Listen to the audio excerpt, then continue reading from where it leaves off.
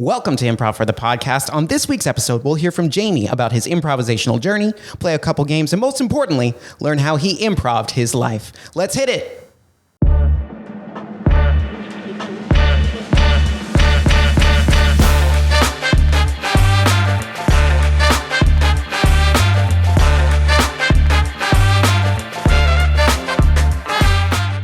Welcome to Improv for the podcast. I'm your host, Michael Lee Evans, and today I'm here with Jaymie, who is an incredible improviser, an improv teacher, trained in clowning, and most importantly, just a quality human being. So Jaymie, how you doing today? Thank you for joining us. I'm well. Thank you, Michael. Thanks for having me. This is very exciting. I know. It's good to have you here in the Studio 2.0. You know, there's been some renovations. Believe it or not, there's not a pile of junk behind the camera anymore. This place was a dump behind that camera. I did get a chance to see it. It was horrendous. Yeah. But it's looking good. Jaymie's got some insider secrets there, so I'm definitely curious to hear more about those a little later in the interview.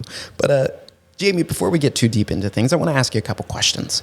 So my first question, or I guess maybe something I want to share, I remember the first time I met you, I believe was about September 2021. Wow. There was my first official month starting in IFTP, and you were substituting for Matt in the Wednesday night class. It was your first class, and I was your first. Was I? So I was the first. I don't know if it was my first class, but is my first full month. I started in August. Got it. Like halfway through. Got it. So, or right around though, probably my third or fourth class. So very early on in my IFTP experience. And oh my gosh, I just remember I was like, whoa, this guy's cool. Well, one, okay, I got to throw it out there. You have the coolest hair in the world. Oh my God. I need to name it. Everyone out there needs to know. Jaymie's hair, he's got some fantastic follicles. I have to say, you know, I don't know. This is a podcast. It's Improv for the podcast. I'm not sure who will be watching this. But I will say this left side is my bad side. So all of you people watching it, you're really missing out on the real show is happening right over here. All right. Well, you know, you always got to keep them coming for more. So there you go. There you go. And well, luckily, hopefully, if people tune in on YouTube, if they feel like checking it out, they might be able to see it. But you're right. Let's focus on the sounds. Yeah. Oh, what was that over there? Oh, wow. Oh, my gosh.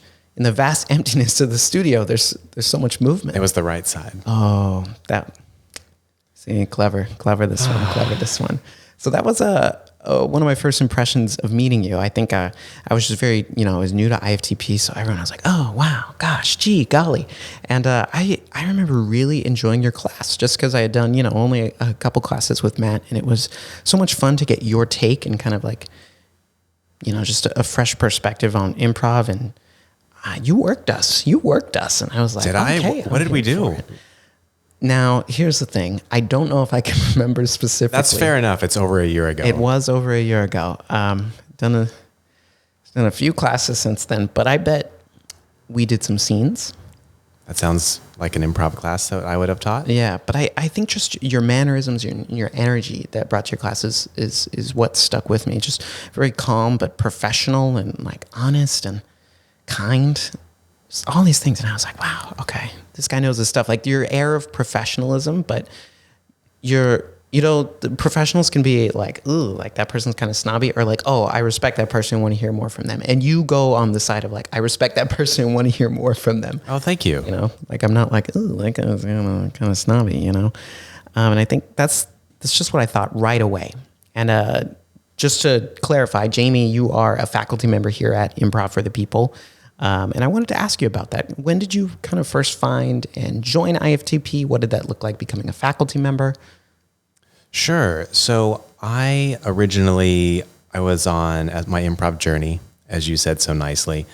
My goal was to study at every improv theater in Los Angeles. And so I believe I've accomplished that. There might be theaters that I don't know of, but everyone that I was able to find online, I have attended classes at. Okay. Which has been great. We'll talk then, because we're going to get into that. Okay, good. And then, so, IFTP was naturally on that list, and I took class. Matt was my first teacher here, and then I studied with Shelly when she still taught classes here. Oh, okay. And it was really great. And then one day, Matt and I were just talking, and I feel like he got the impression that I possibly could teach a class. I was IFTP faculty material, and he basically reached out and offered me the class, and I started teaching. This might have been back in 2018 or possibly early 2019. And I started with one class, and it was so much fun. I had always thought so academically about improv that it was fun to kind of now be a teacher, be an academic of improv in a sense, and to teach. It's really given me a different perspective on the art form and a very analytical approach, which I, for better or worse, use in my own improv. It's hard to, and it's this is the unfortunate side of having taught classes. It's really hard to be a student. Yeah. It's really hard to be a student, not because of any kind of power dynamic, but just because when I'm watching scenes, I have so many things. I'm like, oh yes, I can't turn the teacher brain off. Yeah. And I think part of that is I love the art form so much. If anything, I'm overly loquacious about it. I'll just talk and talk and talk. And I feel bad for the students in my class sometimes. I'm like, am I talking too much? Was that too many notes? And it's not because I like to hear myself talk. I just love the art form so much that I could really just talk about it for hours. So when you invited me to be on this podcast, I'm like, my Wednesday night is free. You're in the right place. Yeah. Yeah. Well, we're glad you're here, Jaymie. And we're going to dive in a little more on your journey. But I love hearing, you started here as a student, and then over time, right? You shifted into this faculty position, and I don't want to get into it too much because we're gonna blow all that up. Oh my God! Just zoom in and look at the fine details. But before we do, we have a little tradition here that we like to do with our guests. Before we get into our main interview, we play a game called Three Things. Now, Jaymie, are you familiar with Three Things? I've heard of Five Things. Is this the shorter version, the podcast version of Five Things? It is, but we like to put a little classic twist on it here at Improv for the podcast. We call it Three Things, but it's personal because, as I mentioned to you earlier before we jumped on the mics, I often like to do research or think about things that are specific to my guests when they come on the show. So you're going to be listing things from certain categories that hopefully pertain to you a little bit, just as a chance to give the audience at home, to know you a little better and to see the real Jaymie. Oh dear! All right, that's scary. It's real scary. Oh boy, Jaymie is a very bottled up, and it's probably for the best. All right, well, we'll see. Get ready to pop that cork because that bottle's coming loose. All right. So I'll go ahead and jump in. I'm going to keep with our traditional format. I'll say, these are three things. I'll name the category, and then I'll count off as you list one. And we're going to do three different categories. It's going to move pretty quick, and then we'll see where the conversation goes from there. Three things in three different categories? Yes. Got it. 9 total. There you go. Good math right here. That's right. All right, here we go. These are three things. Things that are blue. The wall behind me. 1. My beautiful right eye. 2. My beautiful left eye. 3. These are three things. Amazing. Things you've eaten in the past week. Oh, tacos. 1. Nachos. 2. Fruit and yogurt parfait. 3. These are three things. 3 tattoos that you have. A tangent function with mathematical mistakes on it. 1. A carousel with the horses scratched out. 2. And a number that I invented. 3. These are three things. All right. Well done, Jaymie. Oh, man. Okay. I have lots of questions for you. First off, that was very clever listing your eyes separately. You got me there because I was like, for a moment, I was like, oh my gosh, heterochromia. And then I was like, wait, no, your eyes are the same color. That's right. So fooled me there. But okay, moving past that one. So great job on the blue objects. Second category, tacos, nachos. Am I to assume your favorite maybe genre of food is Mexican food? You would be correct in that. Though those were both at the same meal. We started with the nachos and then had a taco. A little appetizer? Okay. But I absolutely love Mexican food more than any other cuisine by far. I could eat Mexican food literally 3 times a day, every day, and I wouldn't be sick of it. It's a sickness. I have much respect for your affinities, and I think I concur with you. Can I ask, where did you have these nachos and tacos? Cavalera's right down here on Pico. Oh, okay. Yeah. Pico and Bundy? I'm not sure. I know a different one. I think it's a chain, a local LA chain. Is it a chain? I believe so. There's a few. I had no idea. There's one over by me on the east side of town. Oh, great. Yeah. Got it. It's a good spot. It's a good spot. The music's too loud, so sit outside. That's my recommendation. There you go. All right. Unless I'm confusing it for a different restaurant, nobody fact checked that. All right. How's the music on the east side? The 2 times I've been there have not been music that I can recall. Unrelated. Okay. Yeah. There's no way they're connected or know each other. No. They're probably mortal enemies. That makes it even more fun. Yeah, that's true. Everyone loves a rivalry. Right? So you've only been to your Cavalera's twice? Yeah. So it must not be that good. Well, I just... well, maybe this isn't the place. This isn't the venue. We'll leave it up to you. I went there with coworkers, and that same group hasn't been in that same area in quite some time. This was... the last time I went was 2019. Oh, my God. So pre-pandemic, everything has changed since It has. then. So my knowledge is outdated and irrelevant, perhaps. All right. Okay, moving on to that last one. You mentioned 3 tattoos. The tangent sign, correct? Mm-hmm. The carousel with the scratched-out horses. That's right. Tangent sign with mathematical mistakes, sorry. That's right. Specify. Carousel, scratched-out horses, and then a number you made up. Oh, boy. I think tattoos are very interesting, and I feel like you're a person who maybe has stories or meaning behind your tattoos more than just the, I got it because it was cool. So, if you were to pick one of those, which do you think is most meaningful to you? Well, I am partial to my tangent function that has mistakes in it. It was my first tattoo. I was a waiter at a very conservative kind of mom and pop's restaurant. And so you couldn't have tattoos showing. And so I waited until I quit. And then literally the next day I got this tattoo. It's on my left arm. And I was a big math nerd in college. I loved calculus, and it was very much didn't feel like math. It felt more like logic and problem solving, which was very interesting to me. And I love the tangent function. Probably not visible to people, but it has these beautiful waves and curves and these asymptotes that have these kind of rigid dotted lines. I just felt like there was a lot of beauty and industrial harshness within just the graph itself.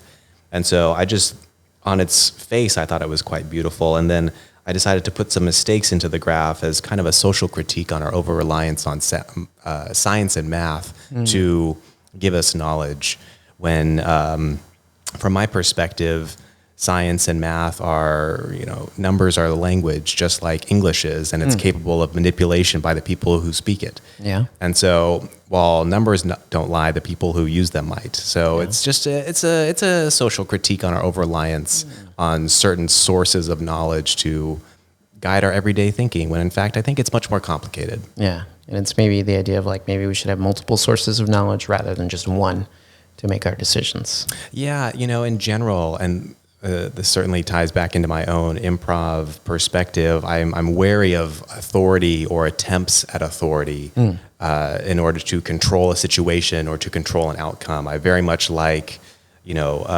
ideas to speak on their own merit, regardless of where they're from, who they're from, how long they've been there. It's very much, as best as one can, a meritocracy of ideas and thinking.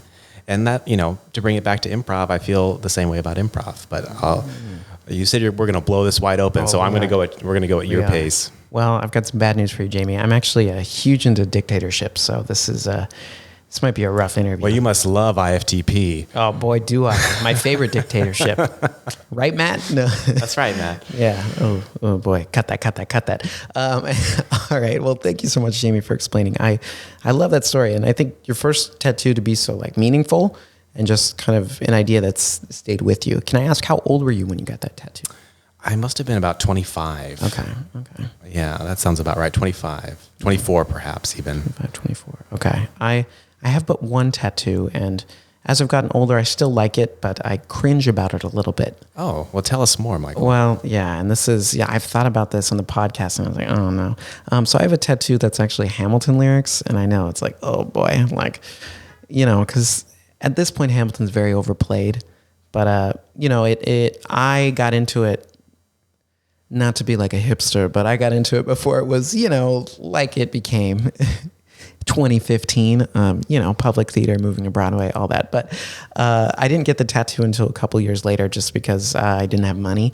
But it was lyrics from Aaron Burr's song, Wait For It. And he, talks about love, life, and death, not discriminating. And for me, I kind of view that as, I don't want to live my life like Aaron Burr. At least we see in the example in the show where he didn't stand for a lot of things and he just waited, for tough times to blow over. And I don't want to be someone of inaction, but rather action. And I know I can't predict what life is going to throw at me. So I always need to be taking action. Don't be passive, but seek things out. So I think I use that as a reminder. And, sometimes when I mention that to people, I'm like, ugh, they're going to think like, oh my gosh, you have Hamilton lyrics.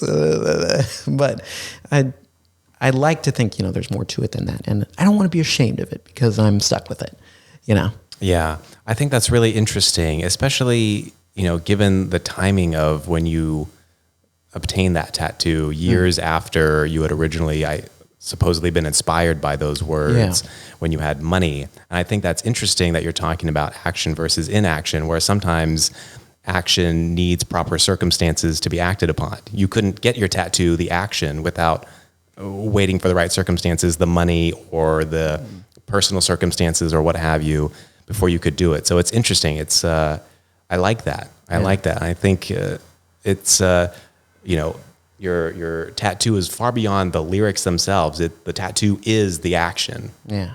Wow.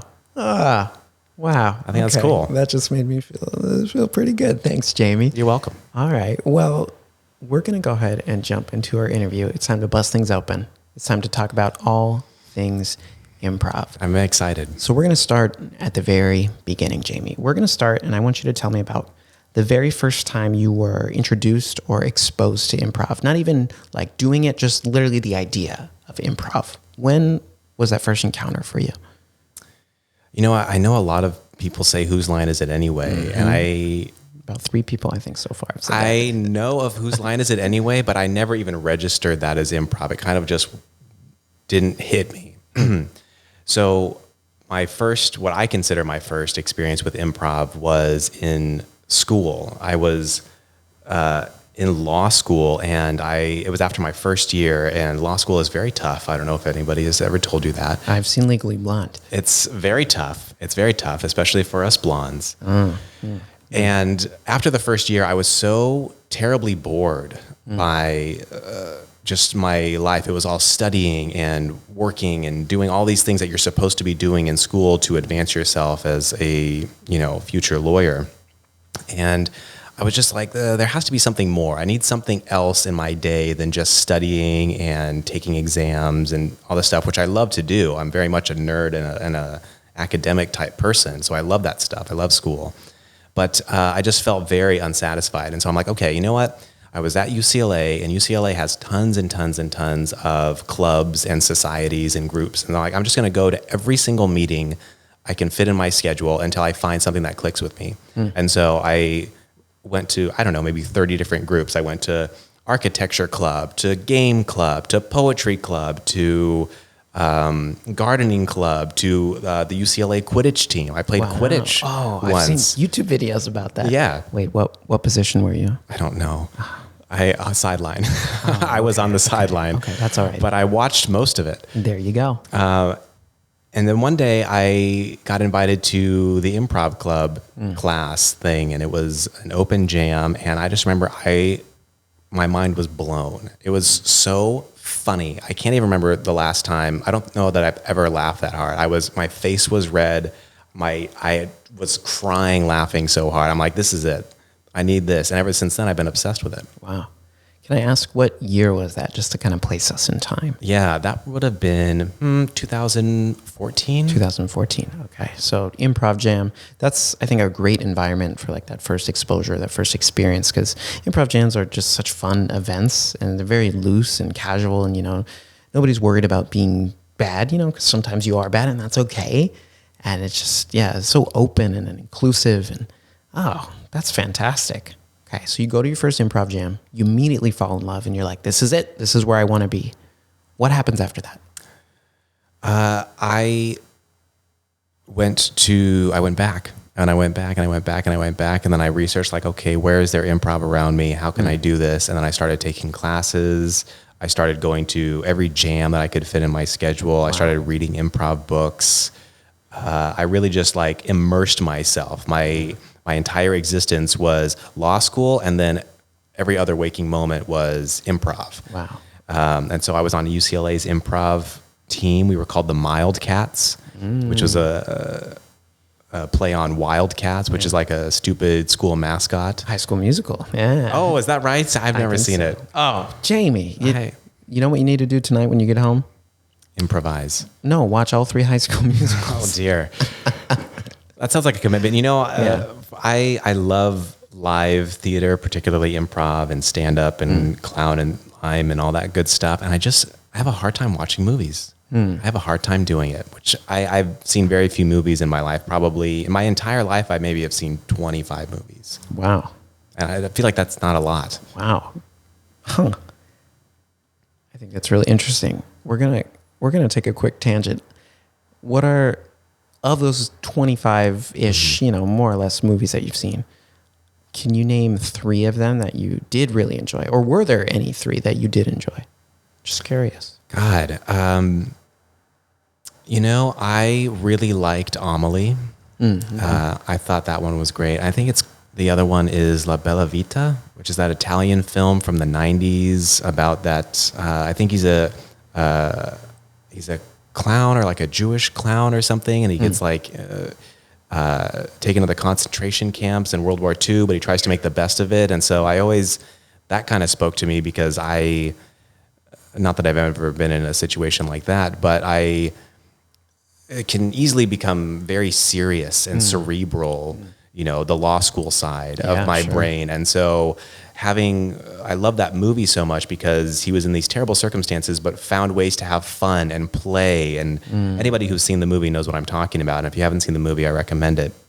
And I love that. That was inspirational to me, because I can be very serious and intellectual, and I have to remember to have fun and be silly and be stupid and embarrass myself and laugh and all that stuff. So I found it very, very nice on a very personal level. And then a third movie, I've always been a Titanic nerd, so I liked the Titanic. Okay. The film. Classic. Yeah, and it's stuck with me. I've seen it a couple times. Okay, nice. First time I watched that movie, I didn't see it till I was in college, and my roommate, it was on DVD, and we lost the second disc, so you see like half the movie, and then I don't quite remember how we solved the situation, but we had to wait a little bit before I was able to see the second half. That's a bummer. We didn't have access to it. And that happened with another movie, Gangs in New York. So I don't know, just crazy. But anyway, I think that's really interesting. And do you think maybe you just don't find that interest in movies because, and I would say they maybe lack the same magic or electricity of live performance or being in the room as, whether it's, a clown performance, improvisation, stand-up comedy, a play. Is it just, why do you think that is? I think a lot of times, first of all, I think a lot of films are just too long. I think they overstay their welcome. I love the, like you're saying, being in the room, the experiential part of live theater, which you don't often get with films unless you go to, like an IMAX where there's the sounds and the whole thing. Yeah. That might slightly be in that range. But I find that a lot of films and TV shows are formulaic. And, again, bringing it back to improv, I can't stand the formulae, if, we're being formal. Yeah, formal formulae. Yeah, formal formulae. The formulas, if I can identify it, I just I want to be surprised by what's happening, what's going to happen, which is, I think, the brilliance of improv is the improvisers themselves are participants, not only actors, they're also audience members, because they don't know what's going to happen next, as opposed to a traditional actor who, I know this is going to happen, I know he's going to die in the third act, and she's going to spill water, then what the show is, and you're just presenting it to the audience. For improvisers, you are part of the audience because you don't know what's going to happen next. And I think that's so exciting and so fun. And so I always try to encourage people, improvisers, to, break the mold and just try something different and just surprise yourself and surprise each other. Because I think that's really what's fun about it. I like that. And I think you're hitting the nail on the head with formulaic, because although I do enjoy watching movies and TV shows, I can't say you're wrong. They aren't formulaic. Because look at like any superhero movie is, at the end of the day, it's copy and paste with different faces, but the plot is, and that's a whole other conversation. But I would definitely agree. I think the magic of particularly improv and a live performance, I know for me, if I think about any sort of entertainment, like I know like an improv show is going to be the most like bang for my buck. You know, I'm like, I'm going to see something I've never seen before. I'm going to experience it that one time, and odds are I'm going to be laughing harder than I've ever laughed at anything else. And that pretty much always hits every time I go to a show, and nothing can beat that. Absolutely nothing. Well said. Well said. I have nothing to add on to that. I thought that it's true. Yeah. It's true. Yeah. You know, being at a great improv show, I think is better than being at, I think the best improv show would beat the best of any other kind of show, in my view. Some people, maybe they disagree, but they would be wrong. Yeah. I'm with you there. They would be wrong. And there are lots of other types of shows I love, but gotta go with improv. Gonna top it. Sorry, Broadway. Sorry, stand up. Sorry, everyone. I mean, concerts, fine, thanks. Yeah. I mean, improvised musical, now we're talking. Well, that alone, see, here we go. Here we go. Let's get into it. Oh, it is a little formulaic, huh? It's a little formulaic. Yeah. It's an incredible demonstration of talent. Those performers are incredibly talented, gifted singers, musicians, being able to find and put that together on the fly. There's talent abound. But I start to see the formulas happening when I start watching these shows. I'm like, oh, okay, they repeated that. They did this here. They're bringing that back now. Oh, they're going to... As soon as I can see it, and maybe this is the curse of having taught improv, is I am very, I guess, analytical about it. And so I start like looking for their patterns. I'm like, oh, okay, I can see this is going to come back. And I'm like, oh, no, I wish I didn't, because I would love to still have that surprise. And so... Yeah, they're very talented. Yeah. But I worry about the formula. And I think that totally makes sense. I mean, you're an experienced teacher, so you've put in the reps of like just analyzing improv scenes and like breaking them down, analyzing choices. You could have done this, you also could have done this. And I think it leads to a point where anytime you're watching improv, like you said, you can't help but think about like, well, what if this, or what if this, and like, oh, I might have done that there. I see where this is going. Like at some point, you get it down. So I understand what you're saying. And so maybe just loose improv is the way to go. No music. Get that out of here. Yeah, don't. That's what I'm talking about, Michael. You get it. You get it. All right. Organic. Organic. All right. I like that. I like that a lot. Okay, so bringing us back to the story of your improv journey. Thank you for going on that tangent with me. So you mentioned how like you just became hungrier and hungrier for improv. So your life was split into two halves. You're like, there's law school Jaymie, there's improv Jaymie. And improv Jaymie, this was kind of the first time improv Jaymie was flourishing, right?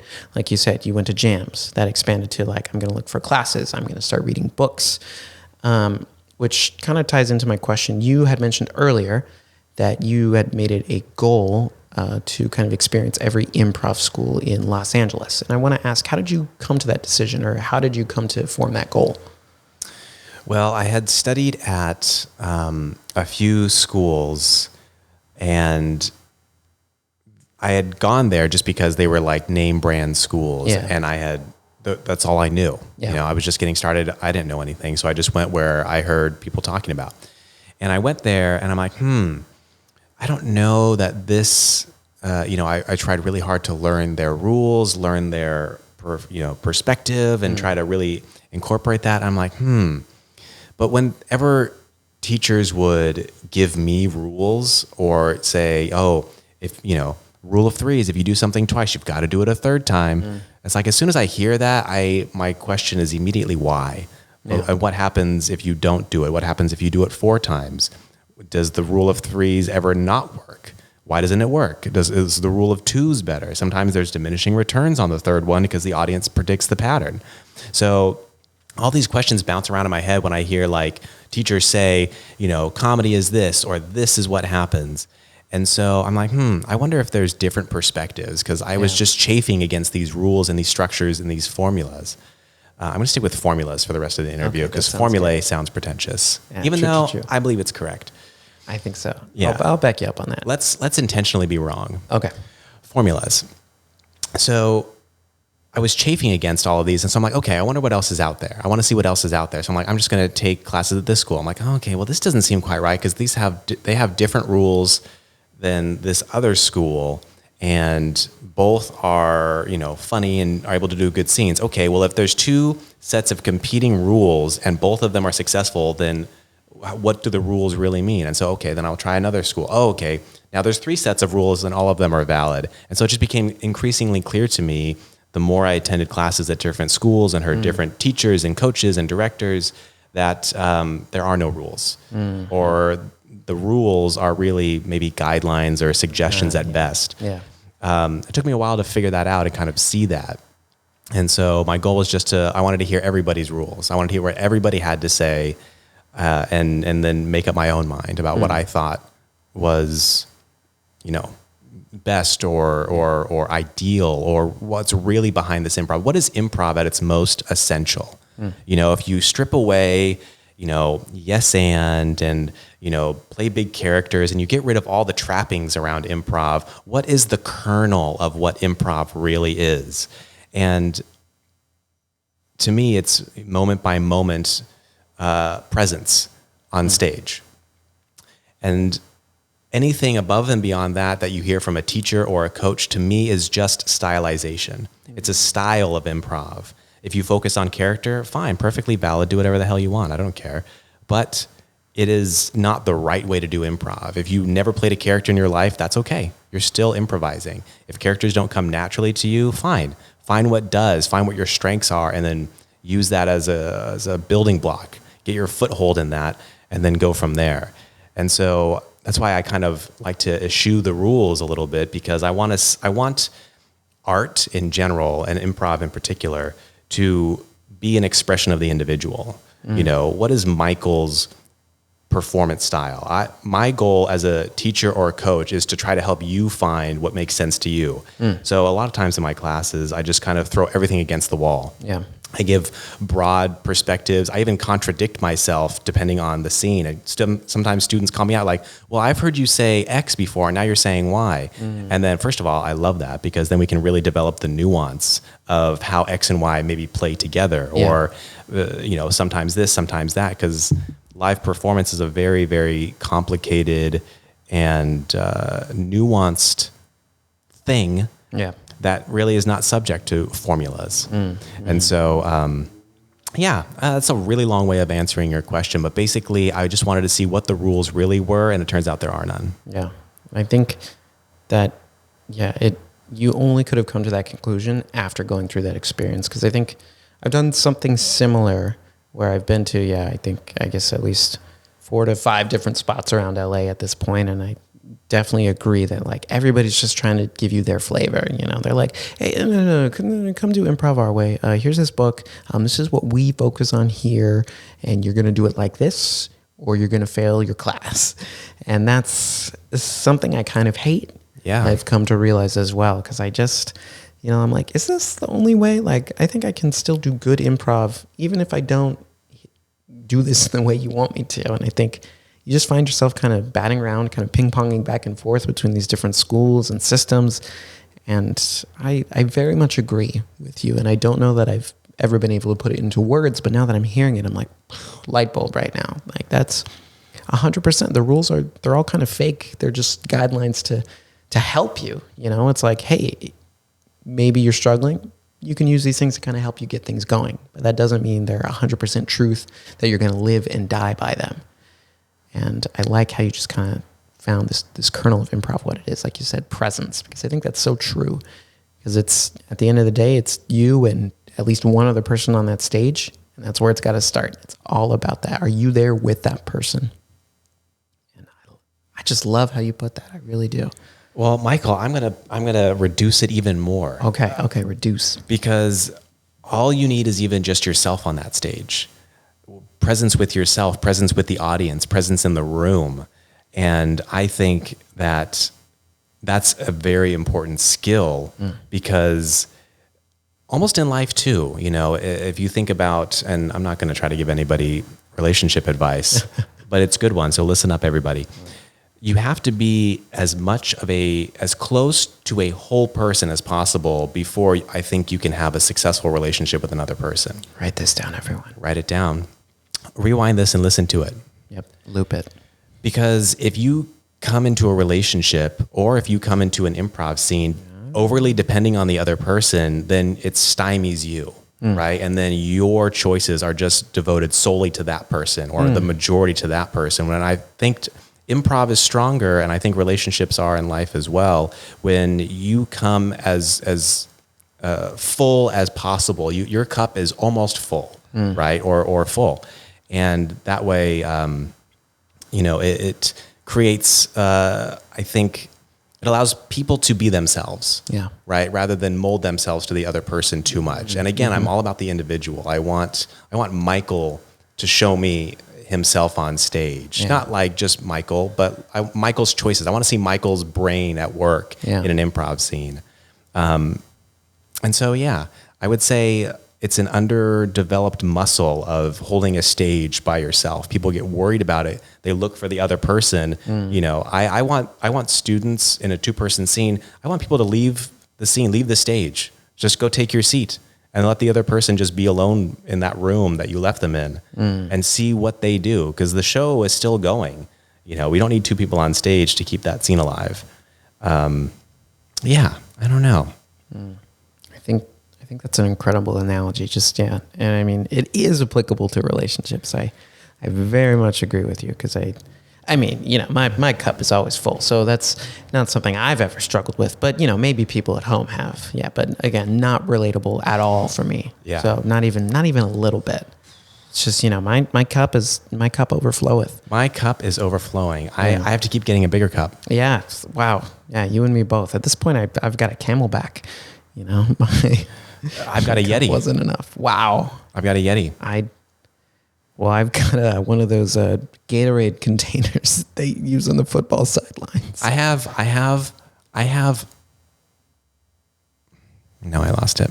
That's all right. I'm sorry that you lost it. I lost it. You're back to the cup. I'm back to the small cup. That's rough. But you'll work your way back up, I'm sure. But I think that's a great point. And that as an audience member, you do want to see that person's choices, because I think that's what makes each and every performance unique and interesting. And touching back on what you said, right? If you're seeing someone else's choices, like their true, authentic choices, that makes it unexpected, right? That makes you not be able to predict things or not see the formulas in the performance, in the story, whatever it is you're watching in that improv. So I really love that, because your consistency within your improv philosophy and just how it all ties together is awesome. It's awesome. All right. Thanks. Have you had guests on whose improv philosophy was internally contradictory? Just Swiss cheese, just full holes. Hey, enough Swiss cheese pieces on top of each other, those holes plug up. That's true. I've heard I've heard that. So I'll talk to some of those guests. No, I'm kidding. All the former guests, you're all amazing, I think. No. Okay, so I wanted to ask. So that first improv exposure, 2014. You work, you seek, you learn, you become a student of improv. You mentioned you had, was it you joined IFTP in 2018, or that's when you became a faculty member in 2018? I was a student, I think it was, late 2018. And then by early 2019, I became part of the faculty. Okay. So within a few months of starting, it was kind of in that range. Okay. Wow. All right. So what made you... So you found IFTP, you started taking classes here. Was there something that was different about IFTP, or that made you want to stay for the long haul? Or maybe you weren't even planning on it, and then just over time you went from, I'm a student here, now I'm a faculty member here. Yeah, what I think is great and what's, encouraged me to stay is there is really...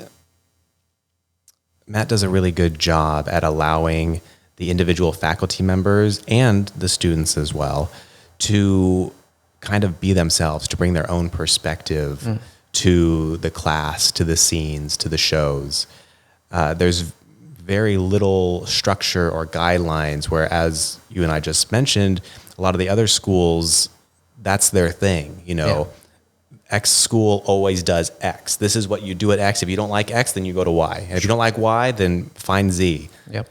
And so that's not really the case here. Matt's very open to all approaches, and I think that's what makes the class is so great is that you can take Ava's class, you can take Benjamin's class, Matt's class, my class, and you're going to hear very different perspectives and very different approaches. And I think that's fantastic because it took me having to leave different schools to go find different perspectives, where in fact here you can hear multiple different perspectives under one house, one roof. And I think that's great because I longed for that as a student. I wanted to hear different perspectives because you don't always jive with every teacher, and that's okay. Absolutely not. That's fine. Sometimes people don't speak your language, and that's okay. Yeah. But it's good to hear them out, and then once you've given them, the honest college try, then you can move on to the next until you find something that really clicks. And so I think part of the strength of IFTP, and I'm just speaking about the faculty, but I think that's true for the students as well, is everybody's allowed to have their own style, and everybody does. So I think that's what's kept me here as long as it is, and I really enjoy it. Yeah, and I think it's a good point in that, thinking about some other places, you can really grind gears with some teachers. I know I've had that experience, and it's it makes you feel bad. You're like, do I suck? Am I bad at this? And it makes you question everything. I've had that experience within the past 6 months, somewhere, not gonna name names. But I've just felt that way. And I think, like you said, coming here, I've been in class. I've had a class with you. I've had a class with Ava. I've had a class with Matt. I haven't had a class with Ben. He's the only one. I gotta make that happen. But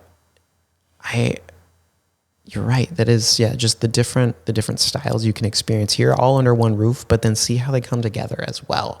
It's they're not conflicting with one another here. It's kind of harmonious, like an improv oasis. Yeah, I mean, that's the thing is if I see improv as very open and very fluid and very organic. And so there's no inherent conflict in different approaches to improv so long as you are in agreement or you are yes-anding each other. Matt and I, we've done a lot of scenes together. He and I have a very, very different approach to improv. Yeah. And because we don't find those differences to be a bad thing or to be conflictual, we try to work with those differences to make a very unique, interesting scene where, Matt's trying to do his good acting, relationship stuff, and I'm sitting in the audience using somebody's chapstick, and we're trying to find out how does this scene work when I'm outside the fourth wall, breaking, the suspension of disbelief, and Matt's trying to keep the scene going.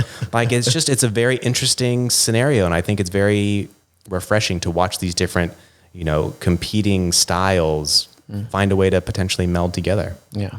And as much as you think they might clash, they never do. They always find a way to come together at the end of the scene, I think. Well, if you're really yes-anding, and it's not just something that you say in 101 and then forget about. If you're actually yes-anding the other person, not just in words, but in spirit, then there's nothing that can't find a way to gel. It's just about trying to just keep agreeing, keep finding it and not being like, no.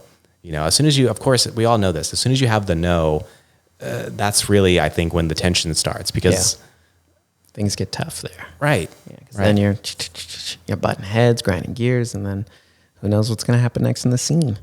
Probably nothing. Yeah. Probably nothing because you just said no and you just ruined it. Yeah. Yeah. But wait, me? Yeah. Oh, sorry. You, Michael. Sorry, Jaymie. No. That's okay. But I will say, there's plenty of room for no's in improv. Yeah, of course. We say yes and I guess by that I mean just a general agreement that we're going to try to do this together. That's about as specific as I think yes and can be while still being honest.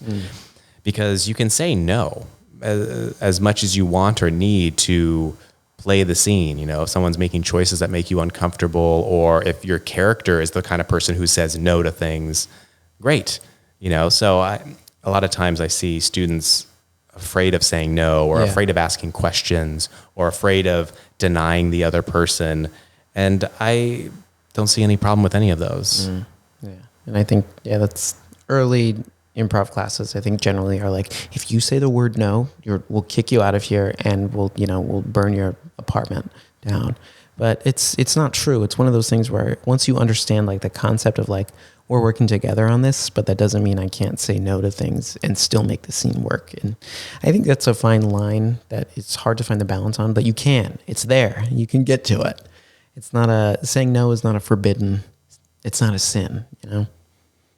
Absolutely. Yeah. I mean, in fact, sometimes, there's multiple different layers to an improv scene. You can say no as a character, you can say no as an actor, or you can say no from a more meta place. Yeah. It's hard to define what that even means, but,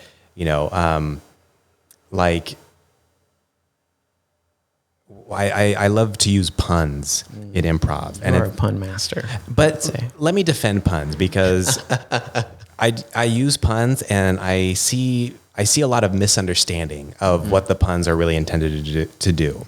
The puns are not a hokey joke to get a quick laugh and then move on. The puns are an invitation to flip the meaning of the scene and to really take it in a new direction. So, for example, there was one scene I remember doing where my scene partner said something along the lines of, ow, I just got stung by a bee. Great. And my response was something like, well, we got to get out of here before the C's and the D's come, right? It's a play on words. Yeah. It's a pun, but it's not intended to be a stupid joke. It's intended to kind of flip the meaning of the scene because now all of a sudden we're in this abstract world where now we're hiding from the alphabet. Yeah. And that's what kind of crazy fun can you have hiding from the alphabet? What does that even mean? I don't know. It's just the puns are an invitation to take the scene in an unexpected and new direction. And so I don't know how I got started on this, but I just know that I came into this podcast studio wanting to defend puns.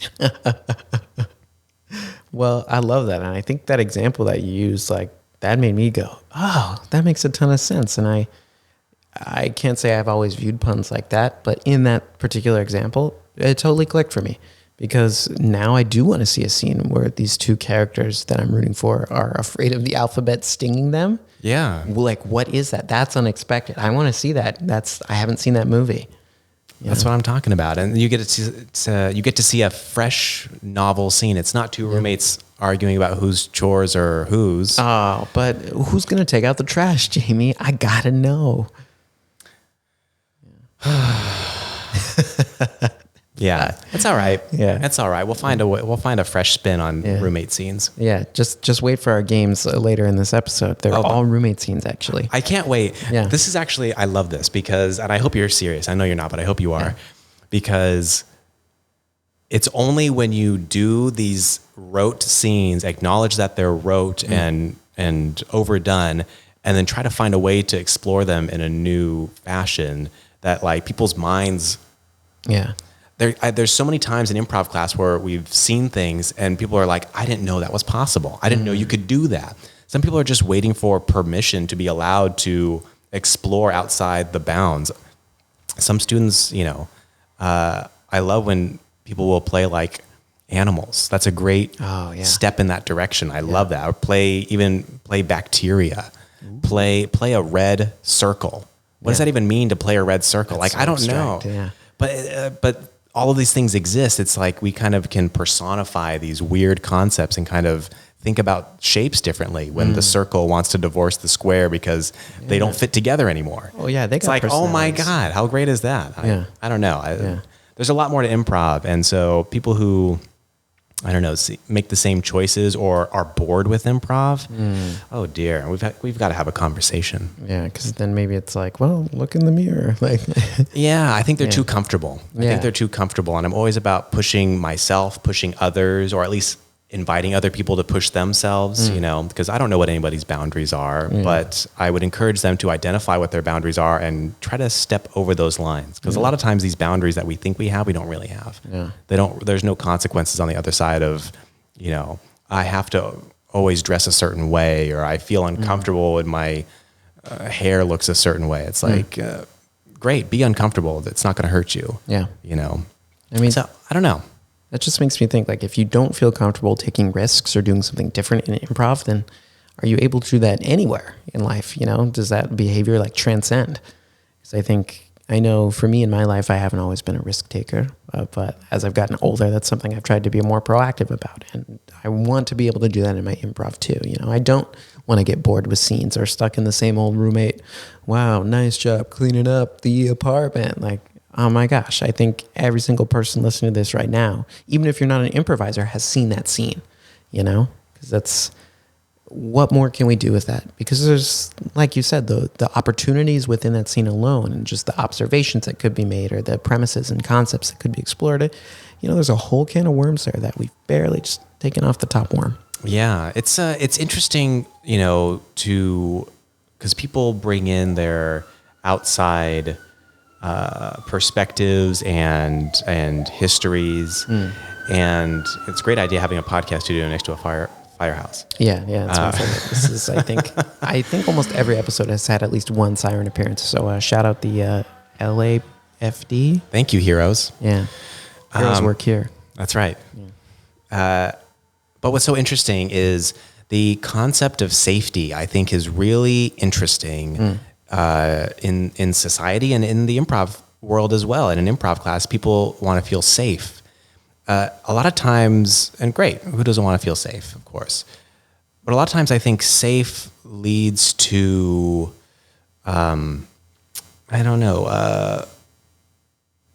of a stasis. You know, there's not a lot of change within a safe environment. Yeah. And I think improv is great because of that risk factor. And risk to me is antithetical to safety, you know, but maybe one facilitates the other. Maybe you have to feel safe before you feel comfortable taking a risk. It's very complicated to try to balance these two big concepts. But I guess my way of thinking about it is to encourage people to feel powerful. Because I think when you feel powerful on stage and you feel like you can make choices and you have agency as a character or as an actor to like, I want to say no to this person. Well, say no. Yeah. Go ahead and say no. Yeah, say it. Feel powerful enough to do that, to break the rules rather than to feel safe and then to try to find ways to take risk within safety. Rather encompass both of those by feeling powerful. So I encourage improvisers to come, you know, like a fully charged person on stage and just ready to go, ready to just let loose and do whatever and go with it. Because I think that's when they're going to have the most fun. Yeah. And isn't that why we're doing this? Yeah. I love what you said. Like, you know, we want people to feel powerful on stage because, oh my gosh, everything becomes easy when you feel powerful on stage because you're not worried, you're not scared. You know, you're like, yeah, I'm going to do something wacky. I'm going to make a different choice than I normally would. And that's, I think, typically when we see the most interesting and compelling scenes. Totally. When the actors who are on stage presenting it, you know, do feel powerful and just willing to go head first into whatever it is they're doing. You know, they're not scared. That's right. And I think you can see a difference, you know, between a performer who feels powerful and a performer who doesn't. You can feel it.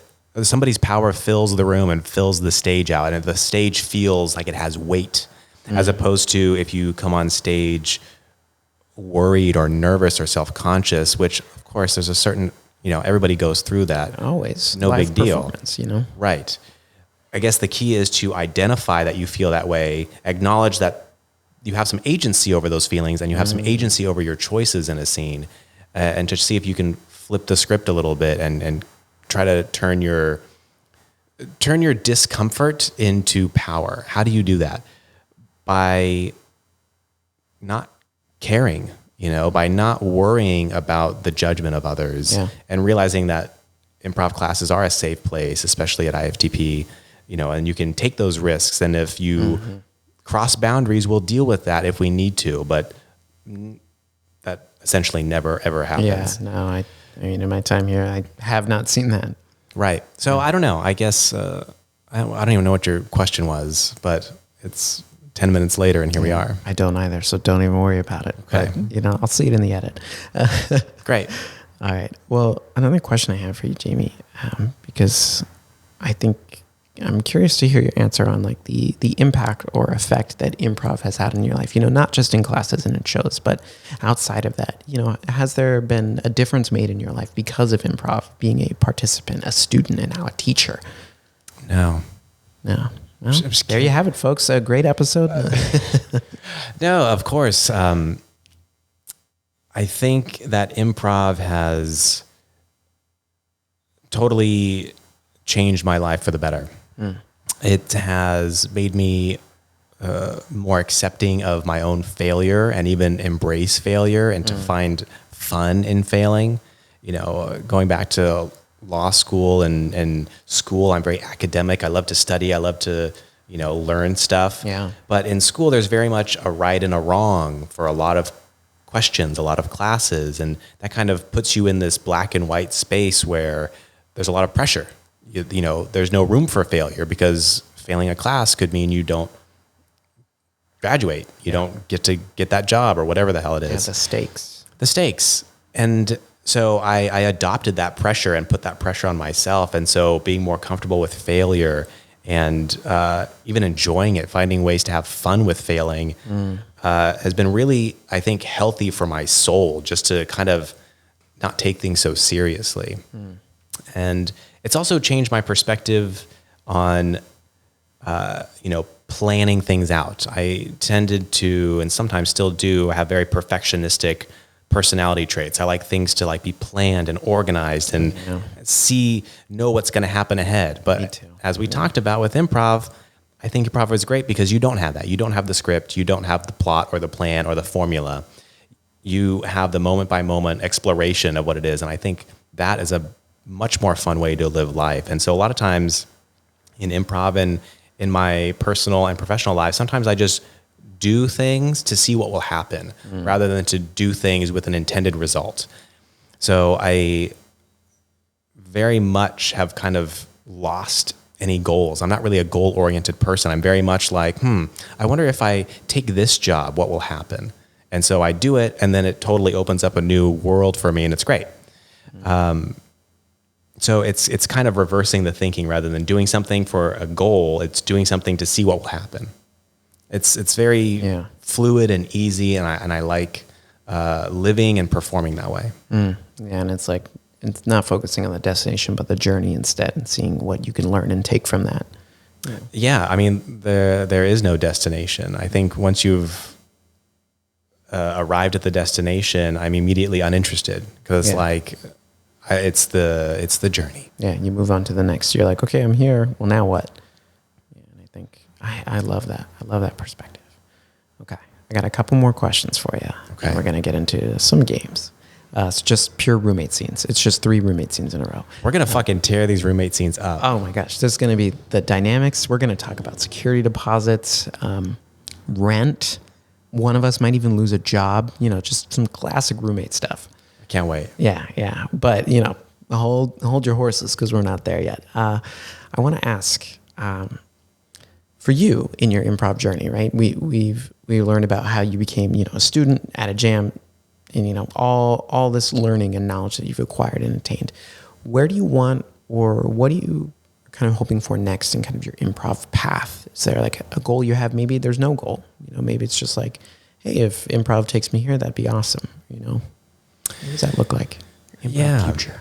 Interesting. Yeah. I mean, kind of like I just said, I don't really have specific goals. Yeah. And so sometimes it feels like I'm not doing anything, which is the interesting feeling. And I think that's a social construct that I've taken on personally. Yeah, that's feeling like capitalism, though. Yeah, right? you have to be going, you have to be doing something in order to feel like you are valuable. You better always be generating profit. And I am, but like, can't I relax as well? Yeah. No. Always profit. But yeah, for me, what's next in improv? I want to know what is next for improv as an art form. You know, I feel like improv has reached a very static level. It feels like a lot of people feel like they have improv figured out. Yeah. And I'm very offended by that because to me, improv is all about exploration. So to think that you know everything, that you have the map and then this is it, you know, it goes back to here are the rules. You know, if you acknowledge that improv is an ever-changing art form, I mean, it depends on who you ask. Yeah. People have been improvising since the dawn of time, the ancient Greeks, all that stuff. Improv has been around a long time. Yeah. If you ask people in Chicago, it started in the 1950s. Yeah. So it depends on who you ask. Like Viola Spolin is... Right. And so improv is depending on how you look at it, is a very young art form and is constantly evolving and changing and growing. So for me, I'm interested, well, what's next? I feel like improv has been static for like the past 15 years, at least in the United States. Yeah. Internationally, it still feels like it's very much developing, you know, but I would say from my observation, American improv is maybe 15 years ahead of a lot of international improv companies, which is interesting. But as for, you know, American improv, what's next? I would love to see what improv can draw from other media, from other, you know, not even entertainment media, but even like practical media. Like what would it mean to do? What are the tenets of opera, and how can we, you know, bring those into an improv scene? What would improv look like if you are a chef? What are some tenets of being a chef and cooking these very high class meals and presentation, balancing colors and on the plate and dishes and all these kinds of things and temperatures? What would that even mean if we started to talk about improv, like colors and temperatures? Like just even changing the words we use in improv can kind of open up new avenues of what we think might be possible or what might be good. So I don't know. I'm still wrapping my brain around it. Yeah. What would it mean to bring a painting into an improv class and be like, this is our inspiration for the class? You know, oh, I see a lot of choppy brush strokes. Maybe we have short staccato scenes and we see how those can fit together to make a whole painting of a show.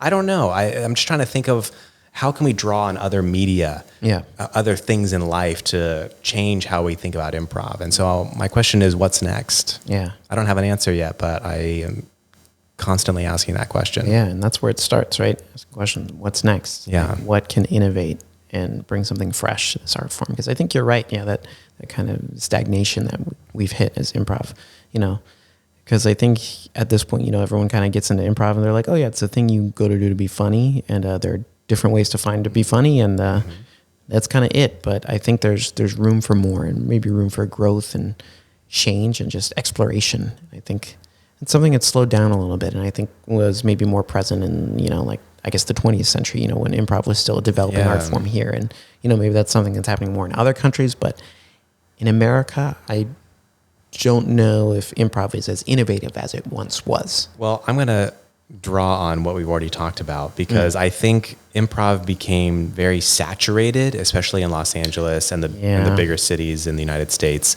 became very saturated, very successful financially. And so people felt like they got it figured out. Yeah. Kind of like the formulas in, Marvel films or sitcoms. People feel like they have the money-making recipe. They're not going to change from that. Yes. I think improv feels the same way. People who run these bigger schools think that they have the recipe for improv and they're not going to change because this is how they're making their profit. Yeah. Why would you change? Why would you mess with success? Yeah. People come here, they learn it, and that cycle keeps happening for, 20 years. Right. And so there's too much of a risk to explore or to totally flip the script upside down and try and bring in an oil painting and be like, all right, let's improvise with this. People will be like, what the fuck is that? What are you doing? Like, get out of the room. Yeah, I paid $400 for this class and you're showing me a painting? I want to be on SNL. Yeah. So I think it's the downside of success, or at least financial success, is you get the formula, you stick to the script, and then you ride that wave until people stop coming to class. Yeah, you don't leave it. And unfortunately, I don't rely on improv for income, and so I feel like liberated. I can really explore because I have no stakes in it. So it's complicated. It's complicated, and Michael, we have to fix it. You and me?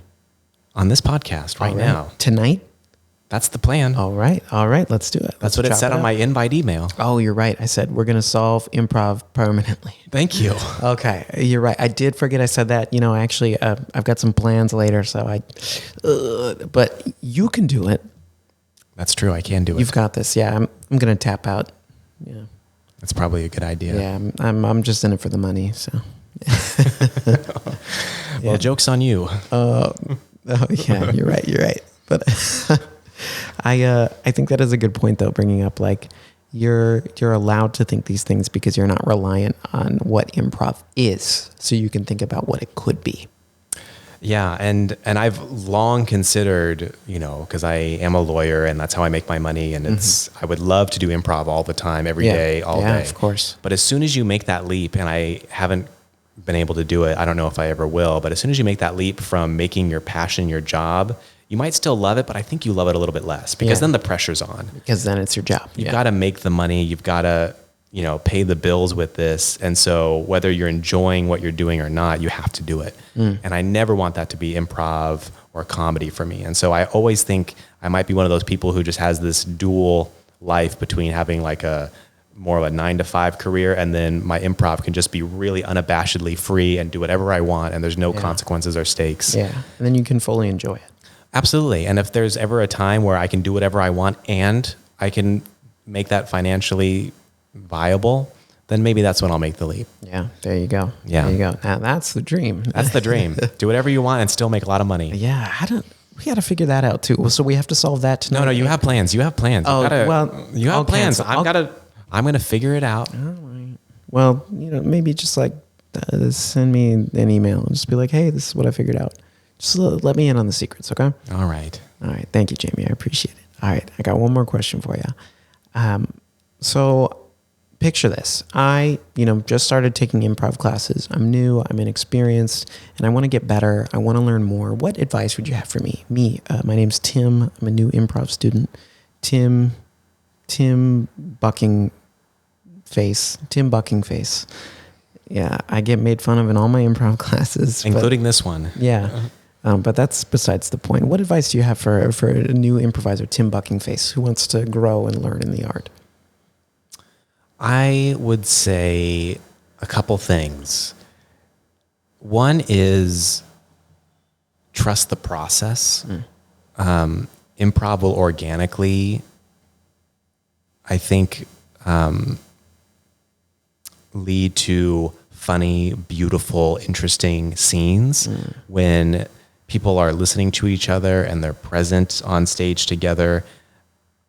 I think that's really all it takes. Even if your scene's not funny, it might be beautiful. And even if it's not beautiful, I bet it'll still be interesting and the audience will like you. Yeah. And that's more than I think most people get from live theater, is the audience liking the performers. So I think the keys are to just be present, to listen, to not try to be funny. The only trying that should happen is trying to be as present with the other person as possible.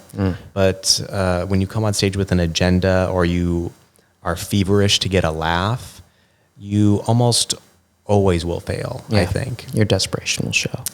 We don't give audiences enough credit for being as smart as they are. A lot of times we spoon feed audiences or, perform as if they're stupid. Yeah. Audiences are incredibly intelligent and perceptive. They can pick up on people's nervousness, how they're feeling that day, how close they're standing to each other. These are just things that we pick up as human beings living in society. And so we bring that intelligence when we watch a show.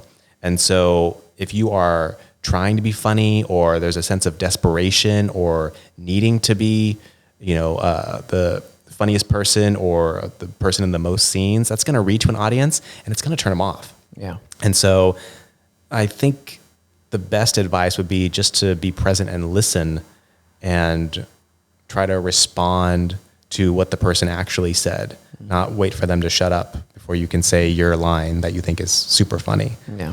So stop trying to be funny, I guess, is the key to comedy. There you go. There you go. Just don't be funny and you will be. I read a great quote that I try to share with my improv classes as much as possible.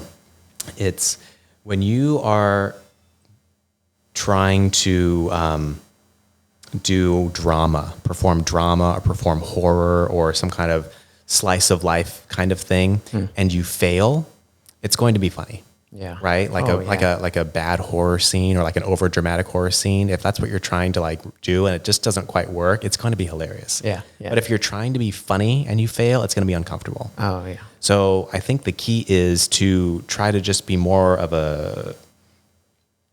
try to not be funny, and it's gonna come. I promise it'll come. Things. Yeah. And to the extent you don't want to be funny, then I think you're in the right spot. Yeah. Because improv will automatically lead to mistakes and confusion and missed moments, and the audience will see that you missed that moment and they'll get a chuckle because they saw that. Oh yeah, that confusion. Oh, it gets me every time. I love it. I love it. I love when people are confused and they just double down on it. Yeah. They are so confused, but they're not giving up on the confusion. They're just committing super hard to the confusion. Yeah. To me, that's so great. Yeah. I love it. Oh my gosh. Yeah. That makes a scene go. Yeah. Now I want to watch a confusing improv scene. Oh man. All right, Jaymie. Well, thank you for that wisdom. Tim Buckingham, he sent me a text. He was like, "Oh my gosh." I thought it was Bucking Face. Bucking Face. You're right. I must have read his email wrong or his text. I thought that was you. Me? No, my name's Michael. Tim's a dear friend. You know, I got him to start taking classes, and he just wants to learn and grow. And you know, I think Tim Bucking Face kind of represents all of us in a way. I think that's true. Oh, yeah. Oh, another great piece of advice, and I know that we're wrapping up the interview portion. No, don't sweat it. Basically, what we've been saying the whole time is that just remember there are no rules. You know, it took me a few years to kind of figure that out in a real way. I was just confused a lot from all the contradictory statements everyone was telling me. There are no rules, so feel free to explore and enjoy and try something new, and make sure that you find a class that allows you to do that. Yes. Because if you're in a class that has a right and a wrong, you're not going to have fun. Yeah, it's going to be tough. And you're going to be beating yourself up after every class and be like, I did all the wrong things. I suck. When in reality, that might not be the case. Yeah. Or you might actually suck. Do you think that can happen sometimes, right? You know, I would encourage people to suck. I would encourage people to really just be really bad. It's much more freeing. There's only one or maybe a couple ways to do something right, but there's a bajillion ways to do it wrong. So if you want to feel free, embrace the failure. Yeah. Yeah. See, another piece of advice. I gotta stop. You're giving away too many secrets. You got to write that book and sell it on Amazon as a PDF. No one's gonna read it. Oh, I think lots of people read PDF books on Amazon. Straight to the Kindle. Oh God. Yeah. So I don't know. Well, we'll see what's next. Yeah, we'll see what's next. All right. Thank you, Jaymie. I am curious to see what's next for you and trying to push the boundaries of improv and what it is and what it means. And I think you're going to be able to do that. And so I'm excited to see where that goes. Oh, thanks. All right. So let's get into some games. For our first game we're going to play, this game is called Long Time No See. And in this game, we are two people. Okay. We're two people who have not seen each other in a long time, and we run into each other at a random location. But, of course, for some reason, we do not like one another. So I'm going to go ahead and give us what that location is. However, we don't know what our relationship, any of that business. We'll discover that. So again, this game is called Long Time No See. The location we are going to be at is a sauna. Oh man, so we're in a sauna, and we'll let the scene go, and I'll black it out, when we're ready. All right, here we go. This is Long Time No See.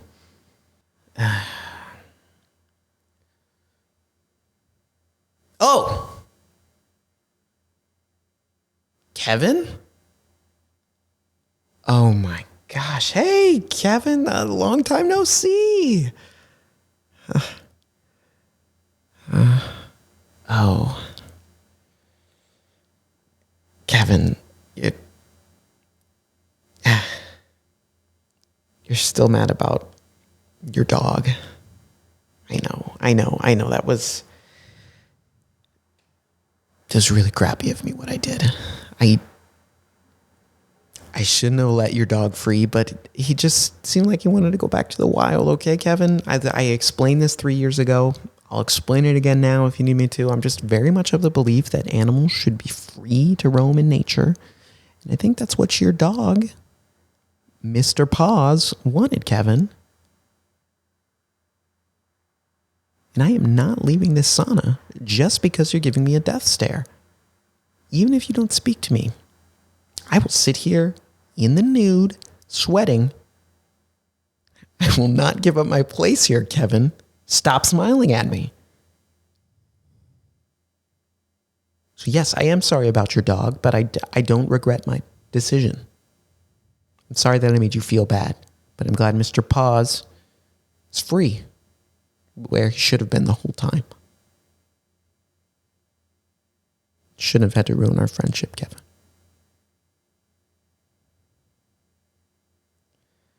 Kevin, come on, you gotta give me something here. I'm not sweating because of the sauna. I'm sweating because of you, because, well, I didn't expect to run into you today. And frankly, I thought you understood that when we met, when we became friends, that I'm an animal rights activist. And, I really mean activist. So if I see an animal who's losing its rights, I'm going to take action, Kevin. Okay?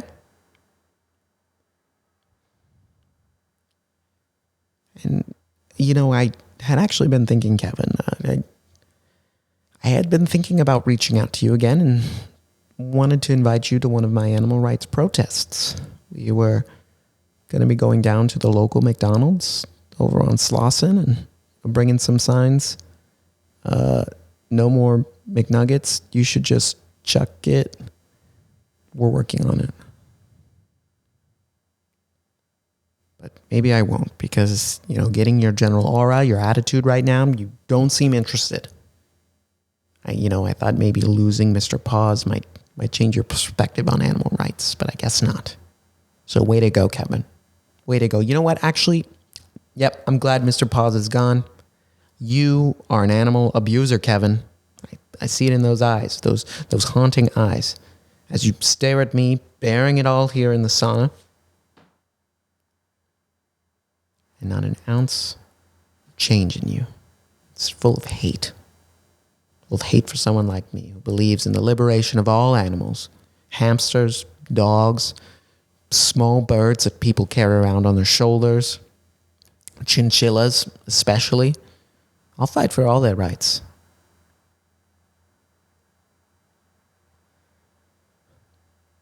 Oh, Kevin. I can't stay mad at you.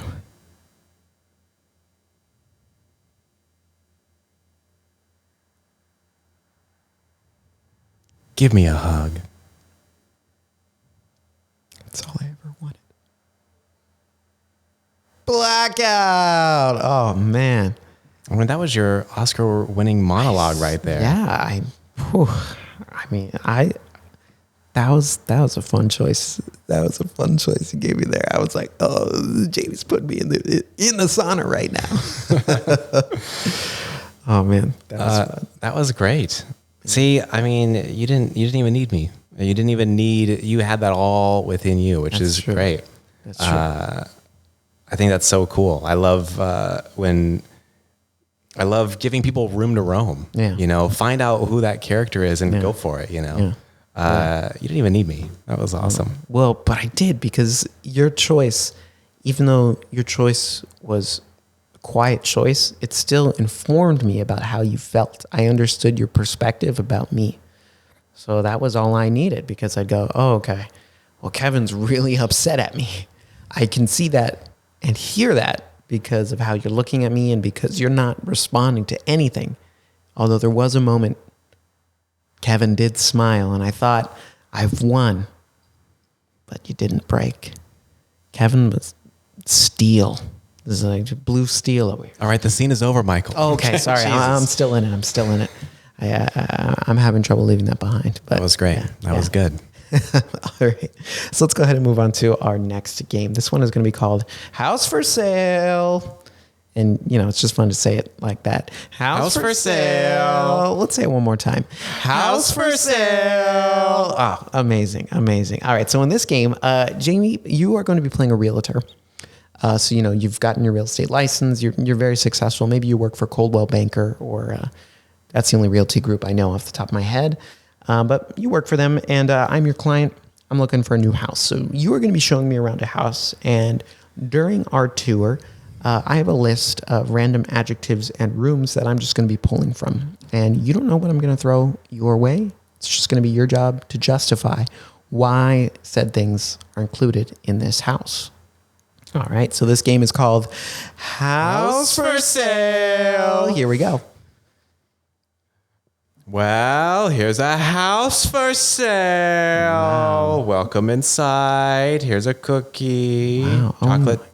Chocolate chip.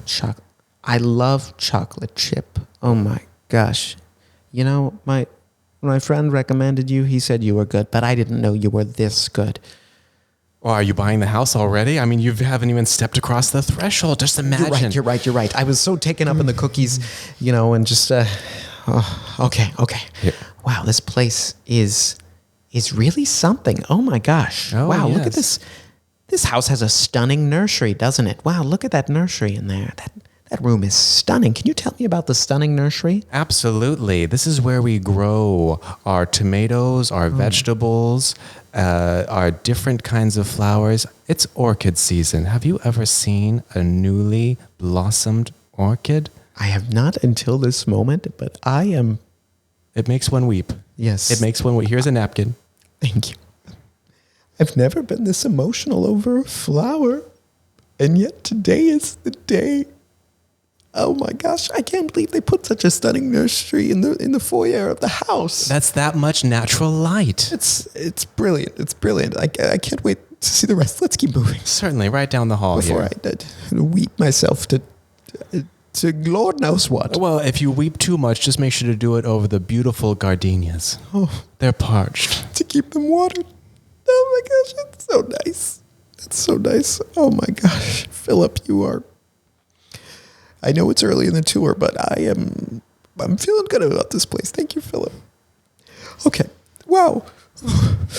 It's a bit chilly in here. Coming from that stunning nursery, this cold dungeon seems a bit odd. But I'm open to it. I'm open to it. It's a cold dungeon. Wow, such a change of scenery from that nursery in the foyer. Well, we thought it'd be a great place to cool off after you've come home from a hard day in the fields, toiling with your sun-kissed back and your wretched, calloused hands from picking in the fields and digging for potatoes. I understand that you are a spud farmer. This is correct? I am a spud farmer. That is my profession. Well, the best way to heal that tarnished skin of yours is just to take a nice little cold soak in the dungeon. It's good to understand that there might be advantages to this room. I see the ice bath there, which I feel like traditionally would be used for torture, but I see with your spin, it could be a place for pleasure. It is a place for pleasure. And I do like a good place for pleasure after a hard day in the spud fields. Oh dear. I can't imagine. Now, you must sell a lot of potatoes. You must be doing very well for yourself to even be considering a home of this caliber. My numbers are up. I've got, I've just signed a new 10-year deal with that in and out, fresh, never frozen. And believe me, I never freeze these spuds. Well, then maybe this isn't the right room for you. You're right. Let's keep moving. Okay. Tell me about this. Oh my, this is a sort of messy bathroom. I'm sorry. I had to poop and I couldn't get to the toilet in time. I'm terribly sorry. That's all right. You showed up while I was still cleaning myself up in the bath. Dear. The ice bath.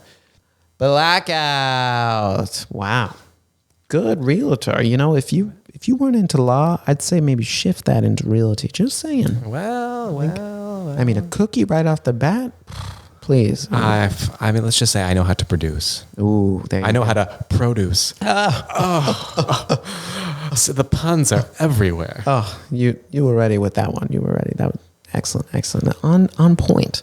Thank you. All right, Jaymie, we've got one more game this evening. And this one, I was going to require you, we talked about this a little earlier, but in mysterious terms. This one is called Don't Mess with Textus. Love it. Speaking of puns. So this game, Jaymie, Don't Mess with Textus. You are going to pull out your cell phone and you're going to pick one preferably lengthy text message thread you have. And the reason you need this text message thread is that it's going to serve as your lines for the scene we're about to play. So whatever lines, messages, words are in that text message thread, you are allowed to use in the scene, but nothing outside of that. So I'll give Jaymie a moment to kind of look through. All right. So for the scene, we are at the park. This is "Don't mess with Textus." And Jaymie, you're going to give us the first line. Thank you. You're welcome. Yeah, I was so glad you accepted the invitation. You know, I've been inviting you to come to the park for a long time, and this is the first time you actually said yes. For sure. Sure. Yeah, I know. A lot of people back at, in our cohort don't really want to hang out with me outside of classes. So I'm actually pretty surprised you're here. You're our software expert. That's right. I know on the group project, I said, guys, I'll be the software expert. And, I appreciate you remembering that. Of course, no pressure. It just seems like something that would be up your alley. I should have tapped you for information sooner. We're probably going to file later today. Okay. Yeah, anything I can do to help with the project, I don't mind taking on some extra loads. Because I think, Thomas, you're a really good classmate, so I'm willing to do anything I need to help us pass this project. Philadelphia will pay street performers. Oh my gosh, you're right. Philadelphia will pay street performers. That's an incredible title for our group project. I think that'll just catch our professor's eye. Philadelphia will pay street performers. I'd probably have to watch again to fully answer. A few things that I remember are heroism and the sacrifices heroes make. Oh yeah. No, those were some points that I put in the PowerPoint section. Talking about how Philadelphia street performers can be seen as kind of a form of heroism, just because of the value they bring to the community. Yeah. So no, we can go over those again sometime if you'd like, though. Next time we all meet. I think a lot of hacking is inherently clowning, mainly the subversion of authority and structure. I hadn't thought of that. I just always thought of hacking as a desperate attempt to get money, but clowning is an interesting way to put it. And, if we can incorporate Philadelphia street performers and hacking viewed as clowning into our presentation, I think there's no way we fail this anthropology class. Yes, let's write this PhD thesis. Oh, you're the best. I'm so glad I invited you to this park today. Correct Indeed. Blackout. Oh man, I just want to read the text right now. Like what? Because it both seemed like work related, but then personal. And then I was like, oh my gosh, I'm so curious. Oh my gosh. That's kind of the fun of it. It's a mystery. One will never know. Textus. One will never know. One shall never know. All right. Well, Jaymie, thank you again so much for coming on this episode of Improv for the podcast. Thank you for sharing your wisdom, revolutionizing views on puns across the world. And we're excited to see what you do next with improv and how you explore. Any last words you want to leave us with? I'm wondering if you and I could just do one roommate scene. Oh, just one 1 minute roommate scene, just to blow people's minds of what a roommate scene can actually be. Let's do it. Yeah, the potential of what it could be. I'm down. All right. Do we want any random suggestions or just get into it? Let's just get into it. All right. Let's get into it. Here we go. One roommate scene.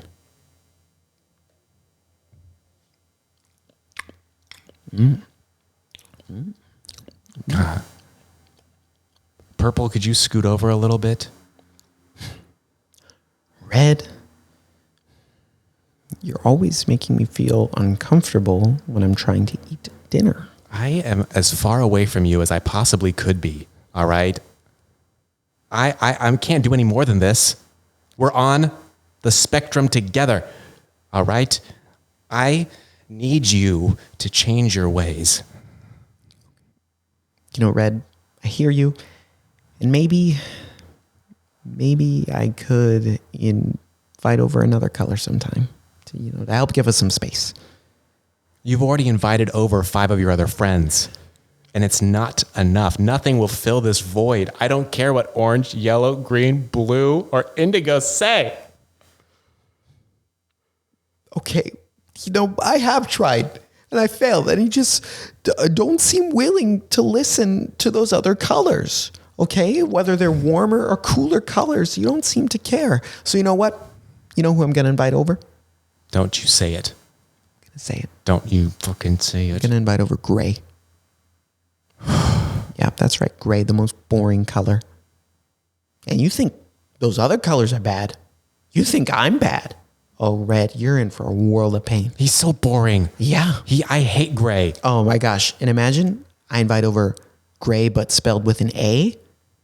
I hate an E. He's got that stupid British accent, and I hate him. And I hate him. It's fake. What are you going to do? What are you going to do, Red? Oh, I'll tell you what I'm going to do. Oh, yeah? I'm going to go infrared. I'm leaving the visible spectrum. I am leaving you guys. All right? Enjoy gray. Tack him on. Go ahead. Put him between you and the ultraviolet spectrum. If that's what you fucking want, is that what you want? Is that what you want? Look at me. Look at me. Okay. I hate thinking about a world where my cones and rods are unable to perceive you. I can't. We can make this work, Red. We don't need gray. We don't need any other colors in here. Just got to understand that you're warm and I'm cool. And that we're better together. Give me a hug. Give me 2 hugs. Double rainbow. Blackout. That was so fun. Oh man, color theory. There you go. I mean, that was a blast. That was a great roommate That scene. was longer than a minute because my internal clock is actually awful.